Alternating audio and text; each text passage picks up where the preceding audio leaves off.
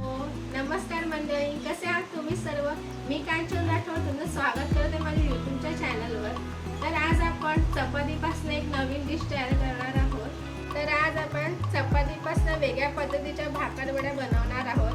संध्याकाळच्या छोट्याशा बुकेसाठी एकदम मस्त छान ऑप्शन आहे हा. नक्की घरी ट्राय करा. त्यासाठी आपल्याला कोणकोणते साहित्य लागणार आहे ते आता आपण पाहूया. सर्वात आधी मी घेतलेल्या आहेत 2 चपात्या, त्यानंतर 1 वाटी बेसन, पाव चमचा ओवा, चवीनुसार मीठ, पाव चमचा हळद, भाकरवड्या फ्राय करण्यासाठी तेल, कोथिंबीर, अद्रक, मिरची आणि लसूण याचं वाटण करून घेतलेलं आहे जाडसर. आता साहित्य आपण पाहिलेलं आहे, कृती आता आपण पाहूया. तर आता आपण सर्वात आधी हे बेसन आपण जे घेतलं आहे ते या बाउलमध्ये काढून घ्यायचं आहे. त्यानंतर यात आपल्याला घालायचं आहे कोथिंबीर. त्यानंतर यात घालूया मिरचीचं वाटण, हळद घालूया, चवीपुरते मीठ, पाव चमचा ओवा घेतलेला आहे तो घालूया. आता यामध्ये थोडेसे पाणी घालून हे व्यवस्थित आपल्याला मिक्स करून घ्यायचं आहे. हे आपल्याला भजीच्या पिठासारखं व्यवस्थित मिक्स करून घ्यायचं आहे आपल्याला.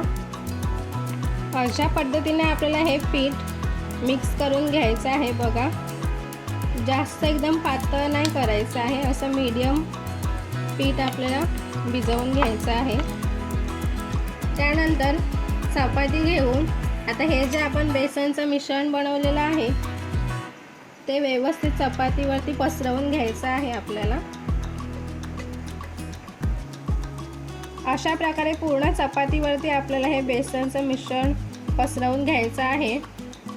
त्यानंतर अजून ही दुसरी चपाती घेऊन ही याच्यावरती ठेवायची आहे आणि यावरती पण सगळं बेसनचं मिश्रण पसरवून घ्यायचं आहे. अशा प्रकारे आपण याही चपातीला बेसनचं मिश्रण लावून घेतलेलं आहे. आता यांना आपल्याला असं व्यवस्थित गोल करून घ्यायचं आहे. अशा पद्धतीने आपण या रोलला पूर्ण बेसन लावून घेतलेलं आहे.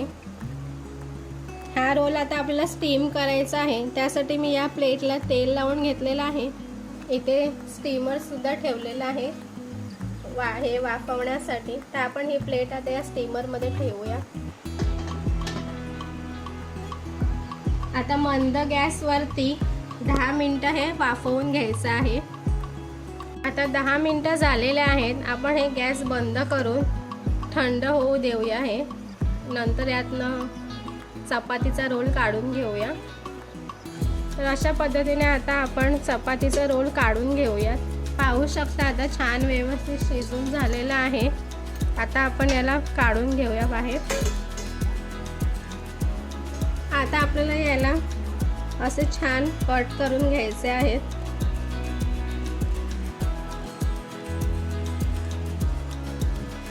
कट करून घ्यायला हे मीडियम आकाराचे छान व्यवस्थित कट करून घ्यायचे आहेत. अशा पद्धतीने आपण सर्व वड्या कट करून घेतल्या आहेत. यांना आपल्याला डीप फ्राय करायचं आहे. त्यासाठी इथे कढईमध्ये तेल तापत ठेवलेलं आहे. आता अशा या सगळ्या वड्या एक एक करून तेलामध्ये सोडूया.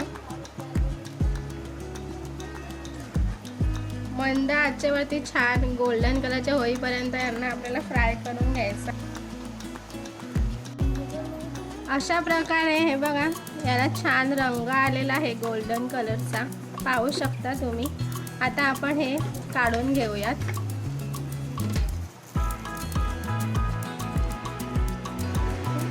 मस्त अशा क्रिस्पी भाकरवड्या आपल्या तयार आहेत. या होळीसाठी नक्की ट्राय करा. होळीच्या स्नॅक्ससाठी मस्त ऑप्शन आहे हा.